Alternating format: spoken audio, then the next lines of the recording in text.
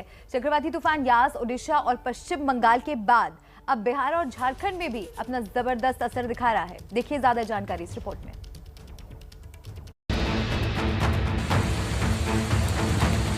ओडिशा के तट से टकराने के बाद यास तूफान अब बिहार और झारखंड में आसमान से आफत बरसा रहा है। पश्चिम बंगाल के अलावा बिहार और झारखंड के ज्यादातर हिस्सों में भी गुरुवार से मौसम बदल गया।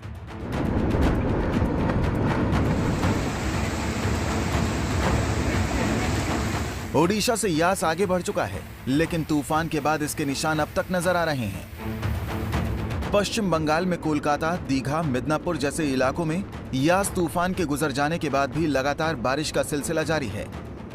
कमजोर पड़े यास ने झारखंड और बिहार में एंट्री मारी तो रांची समेत कई जिलों की तस्वीर ही बदल गई। राजधानी रांची के कई इलाकों में लगातार बारिश से पानी भर गया।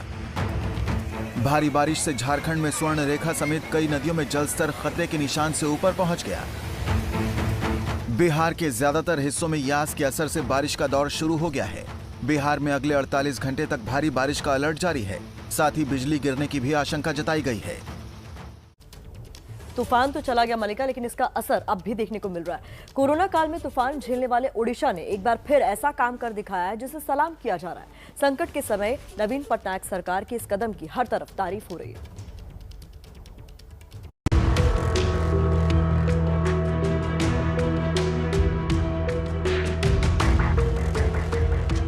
यास के शांत होते ही ओडिशा के मुख्यमंत्री नवीन पटनायक तूफान से होने वाले नुकसान का जायजा लेने निकल पड़े।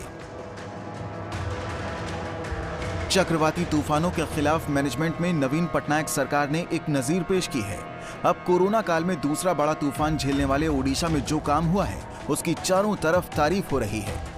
यास तूफान के बावजूद ओडिशा ने कोरोना मरीजों के लिए ऑक्सीजन की सप्लाई पर असर नहीं पड़ने दिया और ये संभव हो पाया सरकार की बेहतरीन प्लानिंग और जमीनी स्तर पर मेहनत से। अपनी सप्लाई को पहले ही 3 दिन के लिए भेज दिया। जब ये टैंकर्स, ये ट्रक्स अपनी अपनी जगहों पे पहुंच गए तो ऐसे कई ट्रक्स हैं जिन्हें तटीय इलाकों से हटाकर अंगुल, राउरकेला यानी कि वेस्टर्न ओडिशा में रख दिया। अब इन्हीं गाड़ियों के जरिए बाकी राज्यों में ऑक्सीजन भेजा गया।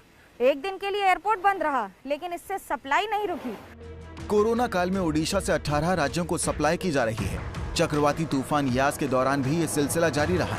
इस कामयाबी के पीछे सरकार के 3 पॉइंट फॉर्मूले यानी प्रोडक्शन, ट्रांसपोर्टेशन और स्टोरेज को वजह बताया जा रहा है। दूसरे राज्यों को जहां तूफान से पहले ही ऑक्सीजन की सप्लाई कर दी गई थी, वहीं ओडिशा के अलग अलग जिलों में भी 3 दिन पहले ही भद्रक, बालासोर जैसे जिलों में ऑक्सीजन स्टोरेज को 2 गुना कर दिया गया।